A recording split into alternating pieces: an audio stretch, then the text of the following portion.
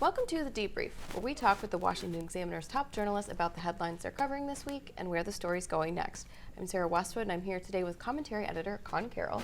And Conn, Senator Mitt Romney is up for re-election for the first time next year in Utah. And, you know, he's drawn the ire of conservatives because he's voted, as you have pointed out in a recent piece, very liberally with Democrats sometimes. Do you think that could open him up to a primary challenge? And if someone serious steps up, do you think he could be vulnerable? Absolutely. I mean, when you look at his record, what you see is someone who has voted with the Democrats a number of times. One, he was just one of 3 Democrats who voted for Judge Ketanji Braxton Brown.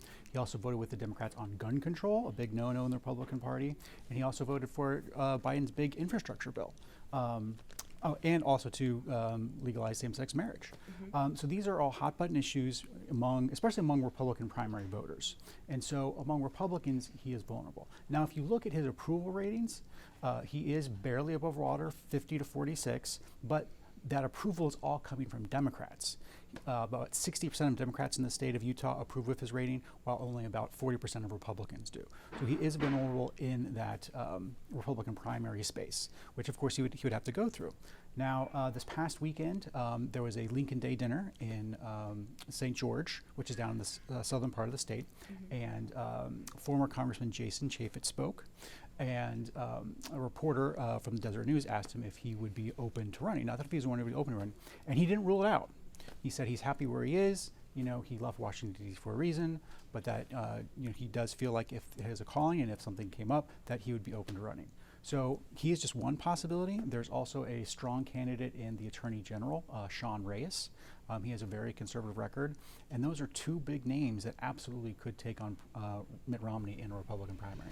What's so unique about Utah politics that Utah has produced such a deeply conservative senator in Mike Lee and someone who is, you know, a relatively liberal Republican senator in Mitt Romney? Well, you know, it is a very Republican state to begin with. So you have a very Chamber of Commerce orientated, business-friendly crowd. And so when you look for the current governor, Spencer Cox, definitely comes from like that wing of the Republican Party, and so does Mitt Romney. But then you have more populist types like Senator Mike Lee, who Mitt Romney, by the way, did not endorse in the last election. So in 2022, Senator Lee was being taken on by a supposed independent, Evan McMullin. But Evan McMullin was endorsed by the Democratic Party and was funded by the Democratic Party. And yet, despite those facts, Mitt Romney still did not endorse Senator Lee. So that's also going to make him vulnerable among Republican primary voters, among who Senator Lee is very popular with. And probably can't expect an endorsement Probably from Senator not. Lee. Shifting gears a little bit this week, MSNBC host Andrea Mitchell botched an attack on Ron DeSantis during an interview with Vice President Harris. Yes. I believe we have that clip. What does Governor Ron DeSantis not know about Black history and the Black experience when he says that slavery and the aftermath of slavery should not be taught to Florida school children?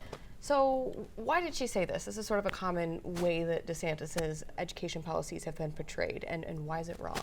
Yeah, well, I mean, if you go online and you read Twitter, you really will think that DeSantis is banning any mention of slavery or racism in Florida schools, but it's just completely false. And Andrea Mitchell, when she's with Vice President Harris, can make that false claim, but when that video then airs, people are like, no, it's just not true. And so if you go to the Florida Department of Education website and you look at the statutory definition of what is required to be taught in schools, slavery is required to be taught in schools. Racism in the Jim Crow South is required to be taught in schools. Continued racism that blacks have faced up through today is required or taught in schools. So there's this meme among the left, there's this idea among the left that DeSantis has banned the teaching of slavery, that slavery happened, that racism still exists in Florida schools, and that's just not true. Well, Conn, thank you so much for being here today. You can get more writing from Conn and the rest of the commentary team at washingtonexaminer.com.